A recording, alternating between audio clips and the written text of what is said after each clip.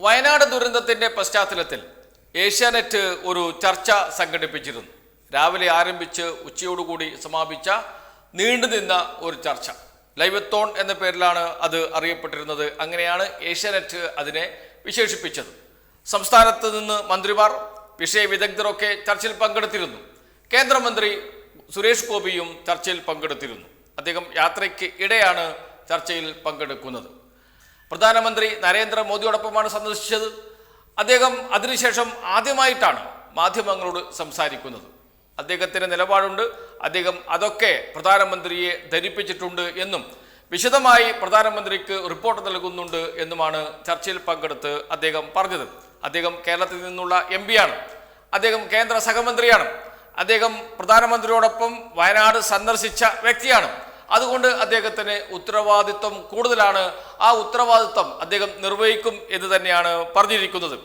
ഈ ചർച്ചയിൽ അദ്ദേഹം സുരേഷ് ഗോപി എന്തൊക്കെയാണ് പറഞ്ഞത്, അത് ഏഷ്യാനെറ്റ് ന്യൂസ് തന്നെ അവരുടെ ഓൺലൈനിൽ വാർത്തയായി നൽകിയിട്ടുണ്ട്. വാർത്തയുടെ തലക്കെട്ട് ഇങ്ങനെയാണ്: വയനാടിനായി മോദിയുടെ സ്വപ്നം നവ അധിവാസം. കേന്ദ്ര സഹായം ഉറപ്പാക്കുമെന്ന് കേന്ദ്ര സഹമന്ത്രി സുരേഷ് ഗോപി.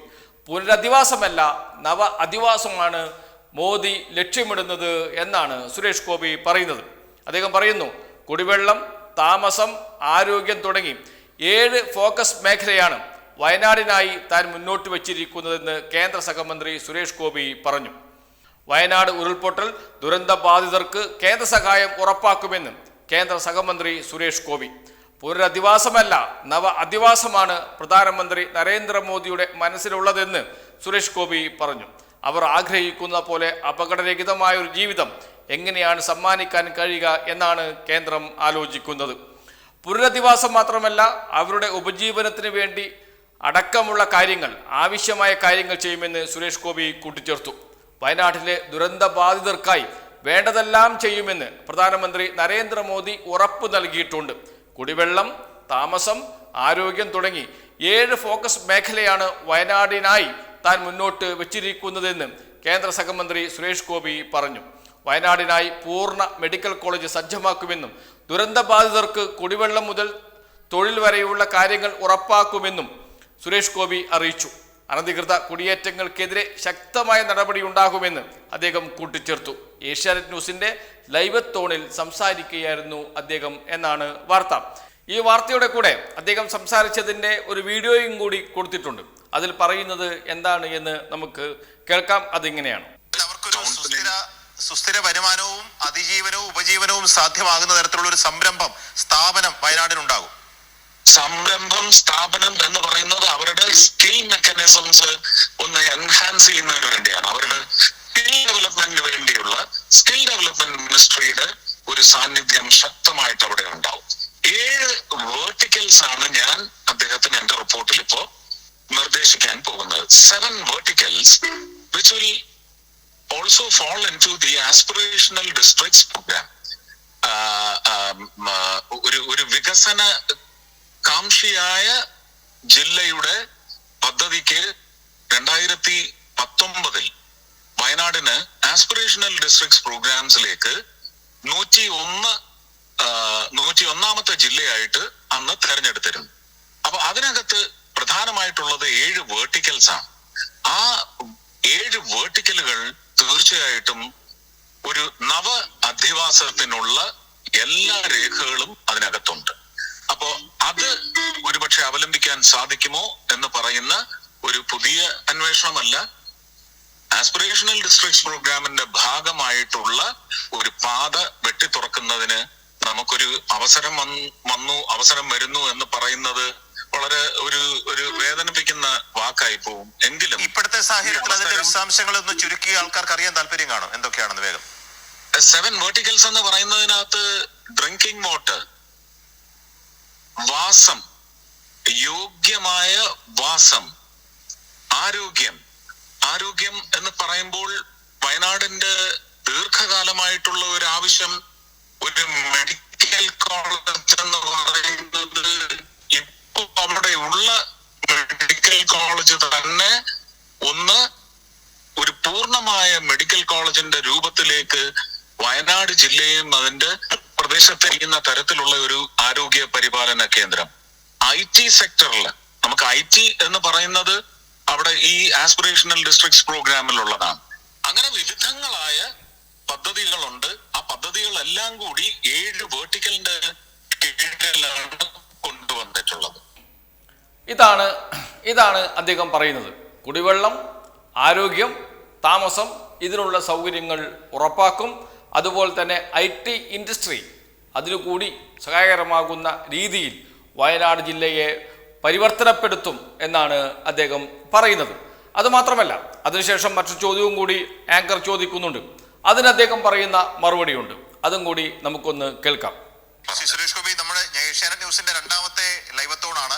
ഇതിൽ നമ്മൾ 2 കാര്യങ്ങളാണ് ഫോക്കസ് ചെയ്ത്. ഒന്ന്, ഉപജീവനം, അത് ഉറപ്പിക്കുക. 2, അതോടൊപ്പം തന്നെ ഇത്തരം ദുരന്തങ്ങളുടെ ആഘാതം ഇനി ഉണ്ടാകാതിരിക്കാനുള്ള മുൻകരുതൽ എന്തൊക്കെയാണെന്ന്. നിശ്ചയമായിട്ടും ഇത്തരം വളരെ ക്രിയേറ്റീവായിട്ടുള്ള സജഷൻസ് ആണ് താങ്കൾ നൽകിയത്. തുടർന്നും ഞങ്ങൾ ഇതേപോലെ ഇത്തരം ക്രിയാത്മകമായ നിർദ്ദേശങ്ങളും ചോദ്യങ്ങളും ഉയർത്തുന്നതായിരിക്കും. അപ്പോഴും താങ്കളുടെ നിർദ്ദേശങ്ങളും പ്രതികരണങ്ങളും പ്രതീക്ഷിക്കുന്നു. തീർച്ചയായിട്ടും അത് വയനാട്ടിലെ ഒരു നമുക്ക് തെരഞ്ഞെടുക്കാൻ സാധിക്കുന്ന ഒരു സംഘത്തിന്റെ നിർദ്ദേശങ്ങളുടെ ഒരു സമാഹരണത്തിന് വേണ്ടി ഒരു പൊതുജന സമ്പർക്ക പരിപാടിയും ആസൂത്രണം ചെയ്യാനുള്ള നിർദ്ദേശം അല്ലെങ്കിൽ അങ്ങനെ ഒരു സജഷൻ ഞാൻ അദ്ദേഹത്തിനോട് പറഞ്ഞിട്ടുണ്ട്. ഇതാണ് അദ്ദേഹം പറഞ്ഞിരിക്കുന്നത്. എന്ന് വെച്ചാൽ പ്രധാനമന്ത്രി വയനാട്ടിലെ ജനങ്ങളുമായി ഒരു സമ്പർക്ക പരിപാടി സംഘടിപ്പിക്കും. അത് ഇനി ഉണ്ടാകും. അത്തരമൊരു നിർദ്ദേശവും കൂടി പ്രധാനമന്ത്രിക്ക് മുന്നിൽ വെച്ചിട്ടുണ്ട്. ഇതെല്ലാം ചർച്ച ചെയ്യാൻ പ്രധാനമന്ത്രി ഒരു യോഗം വിളിക്കും എന്ന് പറഞ്ഞിട്ടുണ്ട്. ആ യോഗത്തിലേക്ക് എന്നെയും ക്ഷണിക്കും. അങ്ങനെ ക്ഷണിക്കുമ്പോൾ എന്തൊക്കെയാണ് ഞാൻ ഉദ്ദേശിക്കുന്നത് എന്ന് ആ യോഗത്തിൽ അവതരിപ്പിക്കും എന്നാണ് സുരേഷ് ഗോപി പറയുന്നത്. സുരേഷ് ഗോപിയാണ് പറയുന്നത്, കേന്ദ്ര സഹമന്ത്രിയാണ് പറയുന്നത്, കേരളത്തിൽ നിന്നുള്ള MP ആണ് പറയുന്നത്. അതോടൊപ്പം തന്നെ നരേന്ദ്രമോദിയുമായും അമിത്ഷായുമായും അടുത്ത ബന്ധമുണ്ട് എന്ന് എപ്പോഴും അവകാശപ്പെടുന്ന സുരേഷ് ഗോപിയാണ്. അദ്ദേഹം പറയുന്നത് കള്ളമാണോ? അദ്ദേഹം പറയുന്നതിൽ യാഥാർത്ഥ്യം ഒന്നുമില്ല എന്നൊന്നും പറയുന്നില്ല. പക്ഷെ നമ്മുടെ മുന്നിൽ ഒരു അനുഭവമുണ്ട്. അദ്ദേഹം പറഞ്ഞത് ഒന്നും ഇതുവരെയും നടപ്പായിട്ടില്ല എന്ന് തന്നെയാണ്. ഇനിയിപ്പോൾ മറ്റൊരു പ്രധാനപ്പെട്ട വിഷയം അദ്ദേഹം എന്ന് വെച്ചാൽ ഇന്ത്യൻ പ്രധാനമന്ത്രി നരേന്ദ്രമോദി വയനാട്ടിലെ ജനങ്ങളുമായി നിരന്തരം സമ്പർക്കം പുലർത്തിക്കൊണ്ടിരിക്കും, അവരുമായി നിരന്തരം ബന്ധപ്പെട്ടുകൊണ്ടിരിക്കും, അവരെ കാണാൻ വരുന്നില്ല എങ്കിലും ഏതെങ്കിലും രൂപത്തിൽ അവരുമായി ആശയവിനിമയം നടത്തിക്കൊണ്ടിരിക്കും. അതിനുള്ള നിർദ്ദേശവും കൂടി വെച്ചിട്ടുണ്ട് എന്നാണ്. എന്ന് വെച്ചാൽ വയനാട് ദുരന്തത്തെ രാഷ്ട്രീയമായി മുതലെടുക്കാനുള്ള ശ്രമമാണോ നടത്തുന്നത് എന്ന ചോദ്യം പോലും ഉയരും. കാരണം ഇലക്ഷൻ വരാൻ വേണ്ടി പോവുകയാണ് വയനാട് നിയോജക മണ്ഡലത്തിൽ, ലോക്സഭാ മണ്ഡലത്തിൽ.